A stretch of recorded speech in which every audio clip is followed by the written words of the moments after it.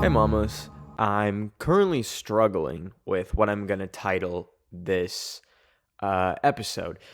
Some current runnings in my head is music as we know it is dead. Or another one was no, you didn't write the song of the summer. You are a slave to your record label. And I can't really settle on one. You can obviously see already in the title of this episode, but what has been brewing in my brain for the past basically 4 years is how dire and depressing the music industry is, and I feel super qualified, and I feel like I'm gonna have a lot of fun talking about this because I don't have any skin in the game at all. You never seen me when views are down announce a single release or be like, pre-save my song, and you mamas, you can uncross your fingers because that will never happen. Knock on wood. I don't think I'm ever going to jump into a music career, and you can thank your whoever's up there in the sky for that because I cannot sing. But I have a lot of thoughts on where the music industry is at, and maybe some of it will resonate from you. Maybe you've picked up on some of it. Maybe you haven't picked up on any of it at all, and I'm just a oracle that is all-knowing and is so tapped into the music industry with all the insider secrets that I have. We'll see. And we'll get into it after this quick break. Today's episode is sponsored by ZocDoc. You want to know what is the song of the summer? Let me sing it for you. I have a doctor, and they care about my body. That's it. That's the real song of the summer. And it can be more than a song. It can be your reality of the summer. Even though I know we're in fall and this analogy is falling apart very quickly. ZocDoc is a great service where you can find amazing doctors and book appointments online. We're talking about booking appointments with thousands of top-rated patient-reviewed doctors and specialists. You can filter specifically for ones who take your insurance, are located near you, and treat almost any condition you're searching for. It's how I found my amazing doctor when I came to Los Angeles with no doctor and needed one. And had fresh insurance that I did not know how to work. Thankfully, I was able to figure it all out with ZocDoc. And you can go to ZocDoc.com/mama and download the ZocDoc app for free. Then find and book a top-rated doctor today. That's ZocDoc.com/mama. ZocDoc.com/mama. Thanks for sponsoring this episode and keeping me healthy. Okay, let's continue. So, to begin this thought train that is going to derail 14 times and kill 18,000 people, I just got back from seeing this concert movie called Stop Making Sense. It's from 1984, but was re-released by A24 a few months ago. And it's generally regarded as one of the best concert movies of all time.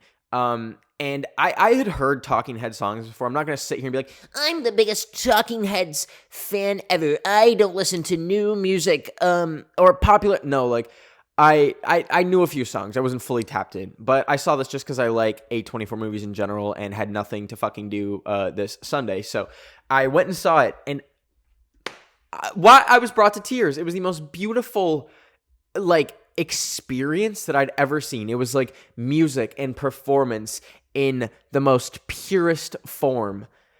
And I was thinking afterwards, I was like basking in the glory of what I had just watched and the joy that it had brought me. And I thought, we're never going to have anything like this ever again, given the current rate of how music is.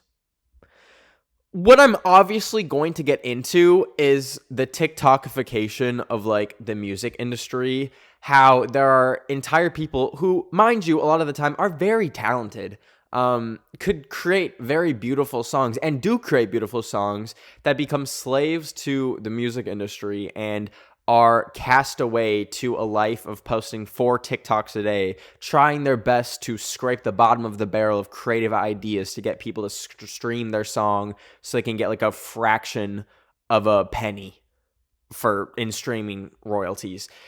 It is so depressing to see musicians that are caught in this dilemma. So if you're not aware, the way like it goes most of the time, if you're not already an established musician, and I'll get into that in a little bit, when you get signed to a record label, you are at the whim of said label. You obviously make music for them. You might be set up to do 5 albums that you have to make.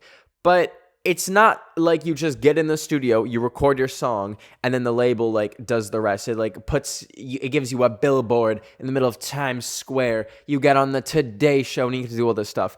That is a thing of the past from what I gather now. Now, if you are a smaller, medium, or even large artist and you come out with music, your record label is forcing you to promote the song as much as possible. And in some cases, even holding you back from releasing new music until you've promoted your song enough and it has its viral TikTok moment. And it's crazy. It's almost antithetical to like everything that makes music so great.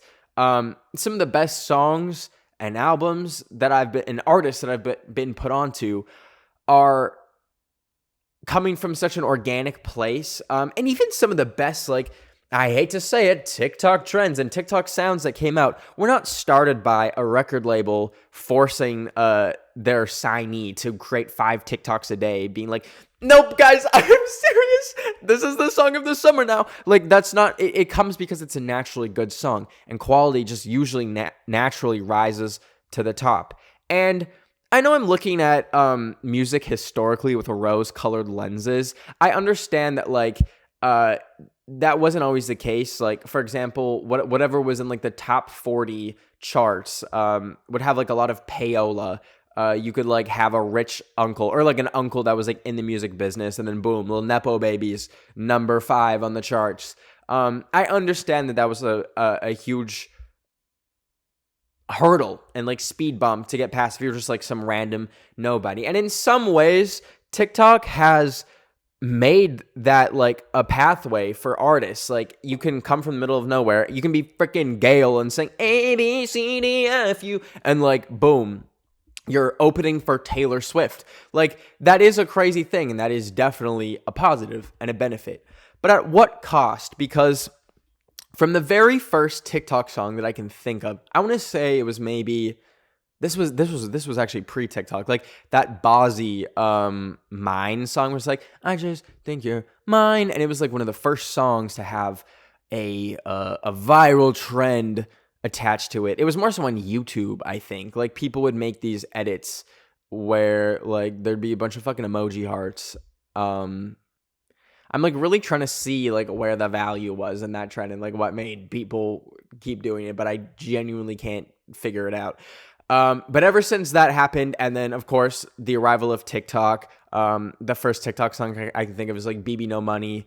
I'm sitting here crying in my pump. Okay, like I'm actually sounding like such an old head now, but like with the arrival of those, with like seeing what a viral TikTok can do to the streaming numbers of a song, and also the artist, it's been game over since then. Record labels only want these like artists for like the viral moment that they can create, and then they really don't care about them beyond that. And I see that in like so many artists that blew up from like one song and then are effectively like shelved by their record labels. They're not given like any more chances lest they can create another viral moment, because that's all the value comes to. And like I know from firsthand, I guess I do have a little bit of skin in the game here, because I used to do a bunch of these like audio promos, and I think I've talked about this in a previous episode, but like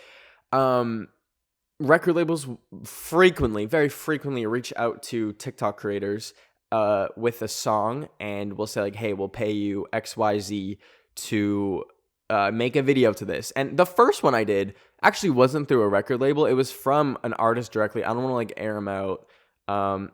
He's like pretty big now, but he like DM'd me directly and was like, hey, you want to make a song? Or he was like, what are your rates to like make a TikTok to my song? And I said $100. I was like I just needed to eat at that point. So I was like, $100, please. And he gave it. And I was like, whoa. And I think that was like the most that I had made from like a TikTok. And I was like, this is fucking crazy. And then I took it straight to Taco Bell and I got myself a big old meal. I remember it distinctively. I was like, wow, you can literally create food in real life from videos on the internet. What the fuck? So that was crazy. But since then, I haven't done these in like, I want to say 2, maybe even 3 years. But I want to say 5 or 6 times, like, made TikToks where I was paid to use the audio. And like sometimes there was a few where I was like, oh my gosh, like I can't believe I'm like getting paid to use this song because it's already like a good song and it's like a popular TikTok song, blah, blah, blah. But there's other times where it was like the most random fucking like almost like royalty free like monkey spinning monkeys like Kevin MacLeod ass song. And I just like needed the coin, so I did it. But ever okay, my roommate is literally just took the fattest shit. I just heard the I just heard the like actual turd like scrape down the fucking pipe into the sewer. Anyways, sorry about that. I read this article recently-ish. It was like a few months ago, and it was maybe from Rolling Stone, which is like a kind of music-centered publication. But they were saying how record executives are becoming increasingly depressed that they can't find quote-unquote stars anymore. I don't know why I said quote-unquote because I'm fully just like paraphrasing this. So not quote. They were basically saying they can't find stars anymore, and like people like Olivia Rodrigo and Ice Spice are extreme exceptions where most of the people that you would find in the top 40 now will probably never be in the top 40 again because they are benefiting off of like a viral TikTok song. And that was so crazy to me to read because this is a problem that they fucking created themselves. But at the same time, it's also inevitable, okay? We have this like amazing tool called TikTok that has the ability to put an artist on the map in the span of like literal hours. And then they're gone. The song dies off. And they create other music and it could be good, but it's not necessarily like a TikTok song. So it never blows up again and the cycle continues and music dies and art dies and we all die. So, and that's like on one level because that's like small TikTok artists. But I want to like be very clear. This is happening to big artists too. And like, oh my God, I have hiccups that are kicking my ass right now. I'm so sorry.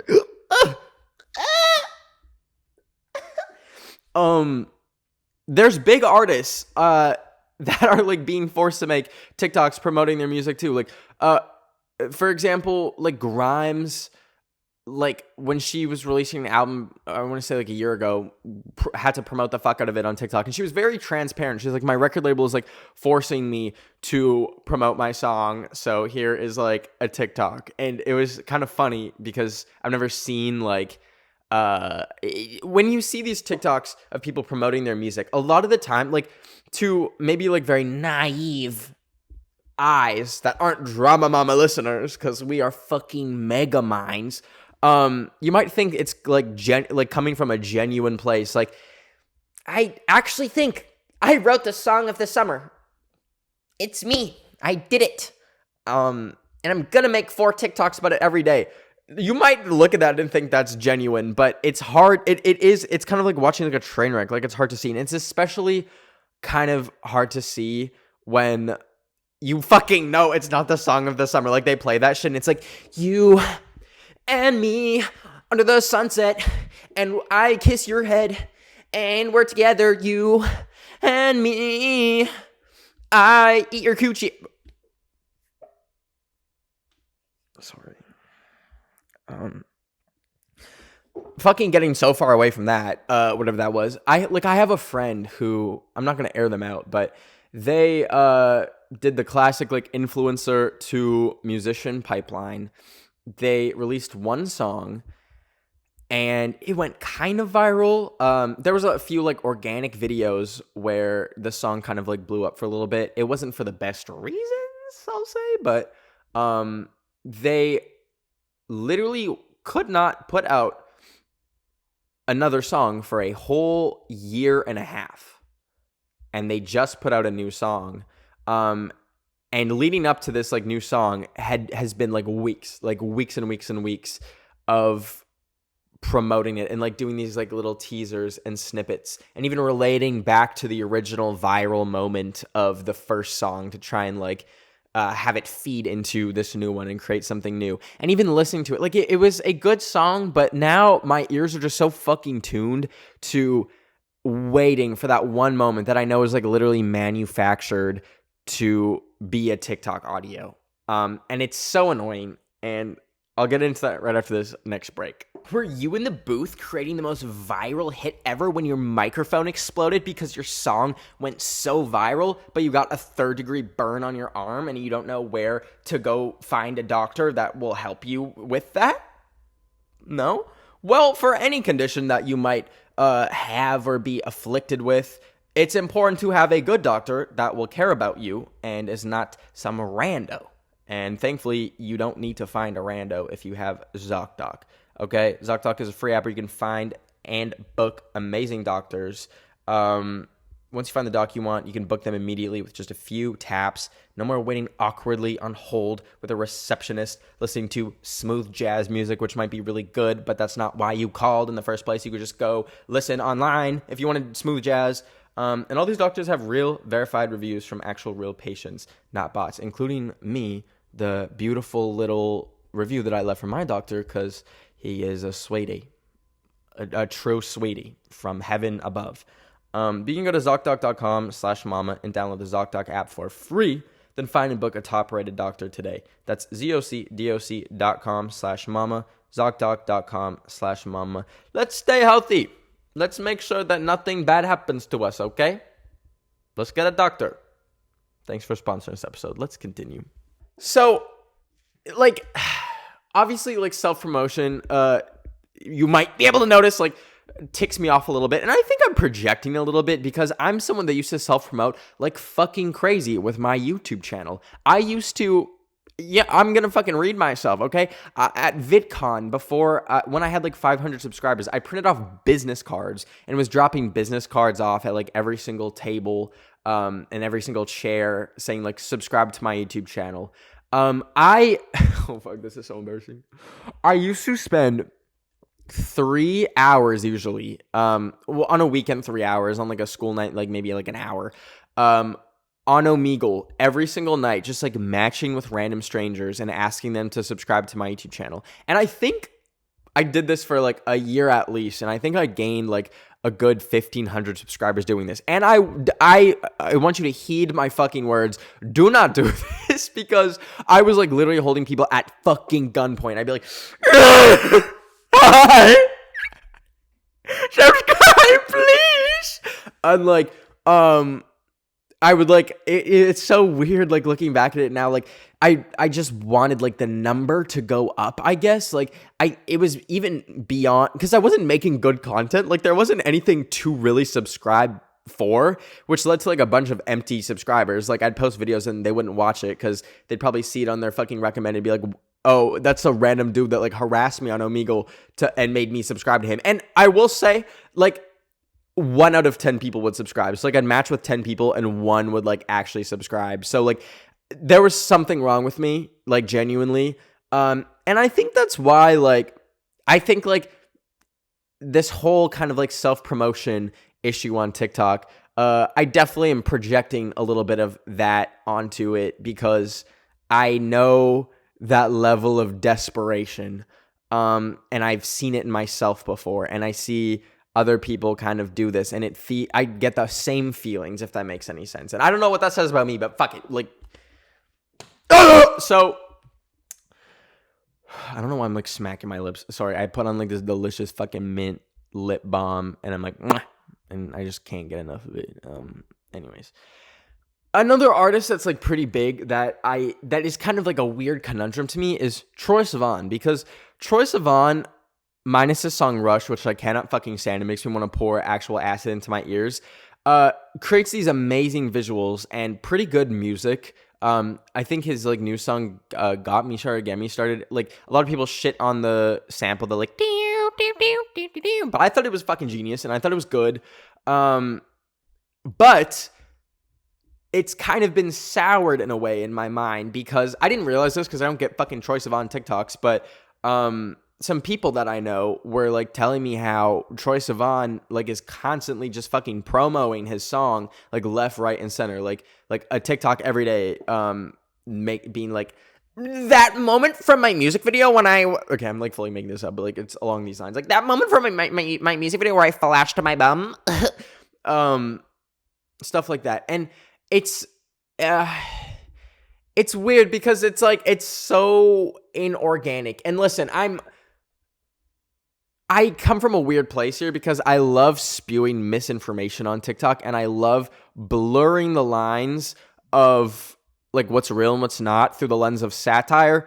That sounded so fucking like pretentious. I'm so sorry, but like I fucking mean it. Like I love playing with satire, but this like isn't satire to be like promoting your songs and like being like it's coming from like a good place. And then like it's just like the most manufactured TikTok you've ever seen. I mean, like, guys, I'm serious. It's a fucking song of the summer. One example that I have with like Troye Sivan is there's this tube girl trend, which I also did not know was in existence. Like genuinely, my For You page is like videos of like a fucking Oreo cookie getting like crushed in like 0.25 speed with like that underwater song,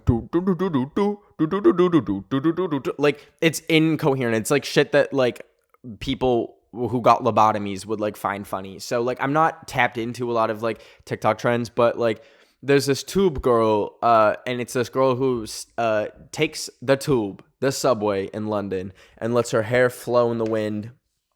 Fucking it's the whole thing. And of course, like clockwork, Troye Sivan is in that fucking tube in London with Tube Girl making a TikTok to his song. Would that have happened? Let's do like the genuineness math real quick. Would that have happened if he didn't have a song to promote? Would he reach out to this girl and be like, I like your vibe. Let's just take the train together sometime. Maybe make a video. See what happens. Fuck no. He would not. He wouldn't fly to London to take the train with some random girl. No, he's doing it because he knows it's guaranteed views, guaranteed streams for his song. Maybe even people will start doing the tube girl trend to his song. Quite genius from a marketing perspective, if you ask me. But it goes to show that like even big artists, like Troye Sivan has like a house in Australia, a house in LA, is so financially set. Like he's so fine. But like, alas, I don't know if it's because he's at the whim of his record label. I don't know if like maybe it's just him. It's just fucking him that like wants to blow his song up and make it a viral TikTok moment. But there's truly no one in the music industry that is like exempt from this. There's very few artists that are able to just literally create music, release it, go on tour, and have that be that. Which is how most artists have been able to enjoy their life and not be like shills to their record label. One really kind of like backwards example that I can think of is Mitski. Although, wait, this might be like not fully correct because I swear I had like a friend who's like Mitski's record label was like paying them to like use one of her songs. Maybe I just made that up. Maybe I'm like slandering Mitski. I'm a Mitski stan, so like no Mitski slander here. But Mitski had a kind of backwards approach to this. Like her music just blew up by itself, I think. I mean, we can't fucking know for sure in these days, but pretty sure her music naturally just came onto TikTok and was fucking huge. Like it's actually so insane to see how widespread Mitski's music is on TikTok. Like there's those like plane crash videos where it's like, why me, why not me? And it's like like Air Malaysia 412, deaths 500, and it's like every video's to that one Mitski song. And like her music has just been like so interchangeable into so many different trends, and like is like almost immortal on that app, which is so crazy. Because that is like what most artists like probably get wet dreams about. They're like, oh, imagine like I just have this song that just blows up, and then like in a month it has 100 million streams on Spotify. That is like the ultimate golden carrot being dangled in front of the hungriest pig. So back to Mitski. She has that already going for her, and I feel like that almost maybe gives her some freedom to just make whatever. She doesn't need to achieve like this commercial success that she's already seen, and also she's signed to a independent record label called Dead Oceans. And I don't think that independent record labels are like as aggressive as maybe bigger record labels in terms of forcing their artists to promote music. So, I think like if you were to, if you wanted to be a happy musician, out of all the musicians that are currently doing it right now, I think like Mitski has the best case scenario right now. She doesn't need to prove anything. She doesn't need to create any TikTok viral moment because it just naturally happens. And that's something that these record labels and a lot of these artists would kill for. And to like get into maybe the psychology of it, I don't think that these artists, like, let's take a wild, crazy fucking guess here. I don't think these artists want to be promoting their songs that heavily. I'm sure they're proud of the music they're making. There's no doubt about that. Like, obviously, if you're putting music out, it's not the most lucrative thing, okay? There's plenty of musicians that make barely any money despite having, like, millions and millions of streams. So it's like, I think most music comes from a place of passion, and there's no, like, denying that. But the extent to which it's promoted and, like, pushed out and forced on people must be very uncomfortable to these artists. I can't imagine like putting your heart and soul into like say like a breakup song or something that's like maybe even like traumatizing to sing about. Like it's like a genuine piece of like heavy art, and then your record label's like, hey, just checking in. We want to see if you can twerk to it. Is it twerkable? If we can get 500 videos of the good fucking booty shaking to it, we might be able to secure a few dances with some top creators in LA. Like, I am sure that's a fucking conversation that's like been had. I can only imagine how uncomfortable it would be to be an artist nowadays, and I'm very thankful that I've never. I was going to say I've never gone that route, but I'll finish this off by telling a little story how the first time that I like came to LA like as a creator was I feel like I probably told this before, but if you watch my fucking videos, I'm giving you brain rot and dementia, so there's no way you are going to remember this. There's no way you remembered the past 5 videos I've made. So, I was flown out to LA by a record company that just slid into my emails when I was very, very small. Like, I want to say like 200,000 on TikTok. And this was like 2019. I didn't sing. I have never sang online. They literally just like sent an email being like, hey there, we're looking for creators who would love to, or they were like, have you ever thought about making music? We're looking for creators that would like to explore that side of their artistry. And so like I hopped on a call with them. I think I was like freshly 19, was just happy to get any opportunity. And the thing came to thing, and they flew me out to LA and put me up in an Airbnb. I recorded a whole demo, which is in my notes app, which no one will ever fucking see. Like literally not even like the closest people in my life have ever like heard it or seen it. Or maybe I put it on my Finsta once. No, I did put it on my Finsta once, but that's fucking locked up, so good luck. And I recorded like these 4 demo songs. It was like not even like singing. It was like that weird kind of, I don't even know what genre you could classify it as, like shitty like fucking indie pop. And I just did it. This is gonna sound like very like I flopped, and so I'm like trying to come up with an excuse for why I didn't actually care about it. But genuinely, I did it for the flight because I was fucking flat broke, and I got flued out for free. I got an Airbnb for free and got to hang out with my friends. They offered me a record deal, which is fucking insane. And I said I'll think about it, and then I ghosted them. So. And I will say one of the people that I mentioned is with that record label. I'm not going to say who, but one of the people that I was talked about in this episode is with that record label and are having a horrible fucking time with it. So I dodged a bullet because A, my music would have been fucking bad and was bad. And B, I would have been a literal shill promoting the song for the rest of eternity until my hair is gray. So that path was almost taken. And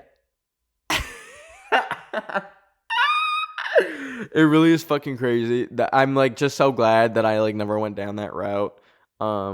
Because like these record labels will take anyone for the most part. Like if you really just have a following, you can find a way to get in with a record label and get a deal. They might be a little bit more strict now. It was like the Wild fucking West in 2019 and they were just like, you make content? That could be viral, I smell.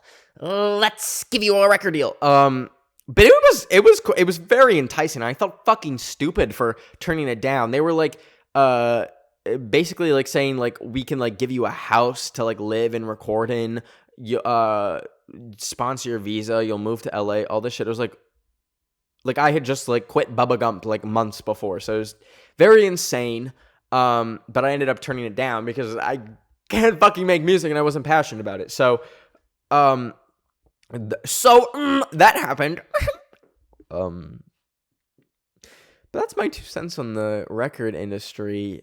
With that all being said, let's get into this week's drama. This week's drama comes from Emma Horakova 5561.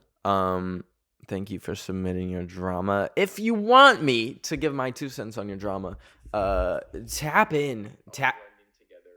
That was really scary. I like played the video from the comment section of the YouTube video and I heard my voice and I almost threw up. But yeah, you can just comment on the YouTube video version of this podcast and give me a sentence, just a mere sentence about what's going on in your life. What do you need advice on? And I'll fix it. Licensed therapist here. Just kidding. I can't legally say that, but I'll help. Anyways, Emma said, my drama is that I found a guy on Instagram and we started chatting, and after like a week, he ghosted me. I kind of expected that, TBH. Anyways, he later on told me his dad died. So I wrote him a heartfelt message and he ghosted me again. Until I later found out that the account was my friend making fun of me. Who the fuck is your friend? Satan himself?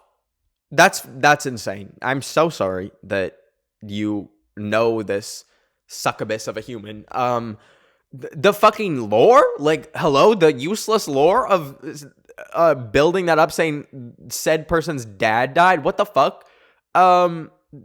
Definitely cut that person out. I think they genuinely might be a psychopath. That is like, that's not even, that's like the meme where it's like, it's just a prank, bro. The prank, colon, and then it's fucking that. That's crazy. I'm so sorry. Cut them out. Irredeemable person. But I wish the best for you, not for them. Wish hellfire and thunder for them. I love you all so much. I really have been feeling it recently, and I hope you have been feeling my love for you, because it's a lot. And I'll see you next Wednesday. New profile picture check on my main channel. Hey. Okay. Bye!